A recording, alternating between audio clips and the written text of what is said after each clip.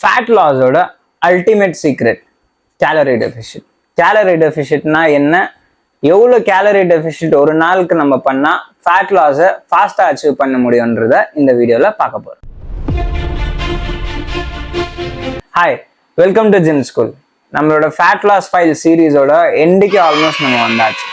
இது வரைக்கும் நம்ம எப்படி ஹெல்த்தியாக சாப்பிட்றது, நம்மளோட கேலரிஸை எப்படி ட்ராக் பண்ணுறது, நம்ம எப்போ சாப்பிடணும், ஃபேட் லாஸ்க்கு எவ்வளோ சாப்பிடணுன்றதை பார்த்தோம். இந்த ஸ்டெப்ஸ் எல்லாமே உங்களோட டே டு டே லைஃப்ல நீங்க இம்ப்ளிமெண்ட் பண்ணும் போதே உங்களோட வெயிட் நிறைய கம்மியாயிட்டு இருக்கும். இந்த ப்ராக்டிஸ் நீங்க பண்ணாதான் ஒரு ஆக்சுவல் டெஃபிஷிட்டை பண்ணும் போது உங்களுக்கு ஈஸியா இருக்கும்.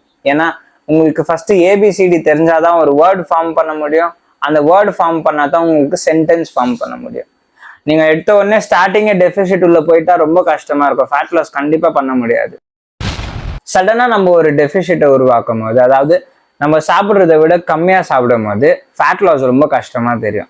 2 வாரத்தில் ஃபேட் லாஸை விட்டு வெளியே வர சான்சஸ் நிறைய இருக்கு. ஸோ ஃபர்ஸ்ட் பேசிக்ஸை ப்ராக்டிஸ் பண்ணிட்டு அதுக்கப்புறம் ஒரு டெஃபிஷிட் உங்களோட சாப்பாட்டை கம்மி பண்ணிட்டு அப்படியே ஃபேட் லாஸில் ஸ்லோவாக உள்ளே போகிறது ஈஸியாக இருக்கும்.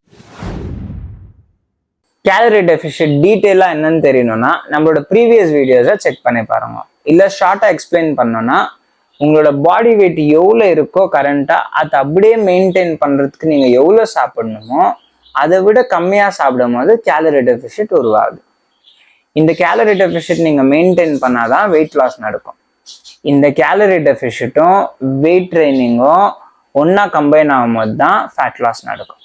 இப்போது ஒரு நாளைக்கு நீங்கள் எவ்வளோ கேலரிஸ் கட் பண்ணால் உங்களோட ஃபேட் லாஸை ஃபாஸ்ட்டாக அச்சீவ் பண்ண முடியுன்றதை பார்க்கலாம். ஒரு நாளைக்கு நீங்கள் 500 கேலரிஸ் நீங்கள் சாப்பிடக்கூடிய மெயின்டெனன்ஸை விட கம்மி பண்ணி சாப்பிட்டா ஒரு வாரத்தில் 500 கிராம்ஸ் கம்மியாகும்.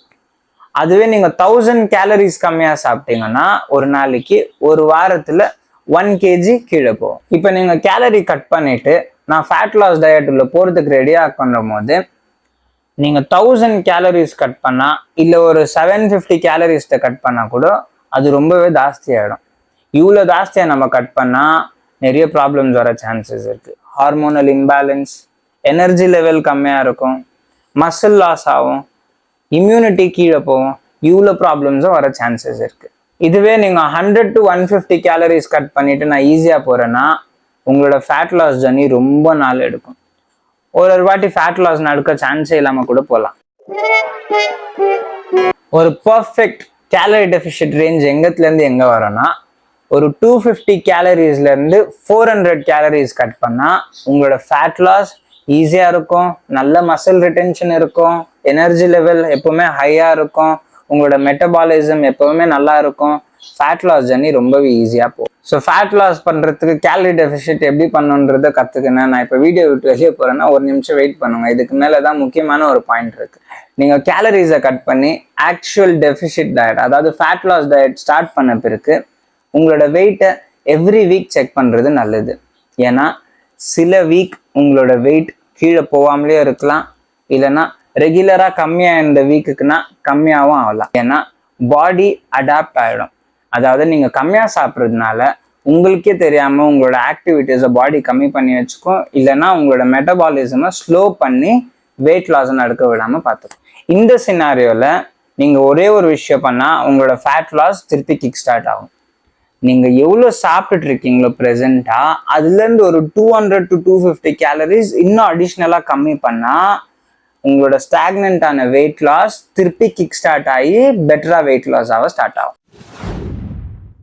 பெஸ்ட் ஃபேட் லாஸ் ரிசல்ட்ஸ்க்கு உங்களோட ஃபேட் லாஸ் டயட்டை எவ்வளோ நாள் பண்ணணுன்றதை பார்க்கலாம். உங்களோட ஃபேட் லாஸ் டயட் எப்பவுமே 8 to 12 வீக்ஸ் பண்ணுறது பெட்டர். அந்த 12 வீக்ஸ்க்கு அப்புறமும் உங்களுக்கு இன்னும் ஃபேட் லாஸ் பண்ணணும்னு தோணுச்சுன்னா அந்த 12 வீக்ஸ்க்கு அப்புறம் ஒரு 1 to 2 வீக்ஸ் பிரேக் எடுத்துட்டு உங்களோட மெயின்டெனன்ஸில் சாப்பிட்டுட்டு அதுக்கப்புறம் உங்களோட ஃபேட் லாஸ் டயட்டை ரீஸ்டார்ட் பண்ணிக்கலாம்.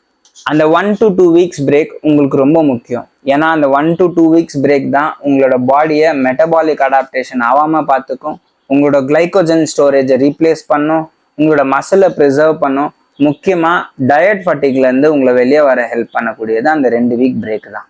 வீடியோவோட கடைசிக்கே வந்தாச்சு. இந்த வீடியோவில் உங்களோட ஃபேட் லாஸ்க்கு பர்ஃபெக்ட் டெபிசிட் எவ்வளோ கேலரி கட் பண்ணுறதுன்றது உங்களுக்கு புரிஞ்சுக்கும்னு நான் நம்புகிறேன். இதுக்கு மேலே வர வீடியோவில் நீங்கள் ஃபேட் லாஸ்க்கு எந்த சப்ளிமெண்ட் சாப்பிட்டா பெஸ்ட்டாக இருக்கும், இல்லை எந்த சப்ளிமெண்ட் சாப்பிடக்கூடாதுன்றத பார்க்கலாம். Until then peace. பண்ணிக்கிட்டு இருக்க வெள்ளை எட்டுல மாமா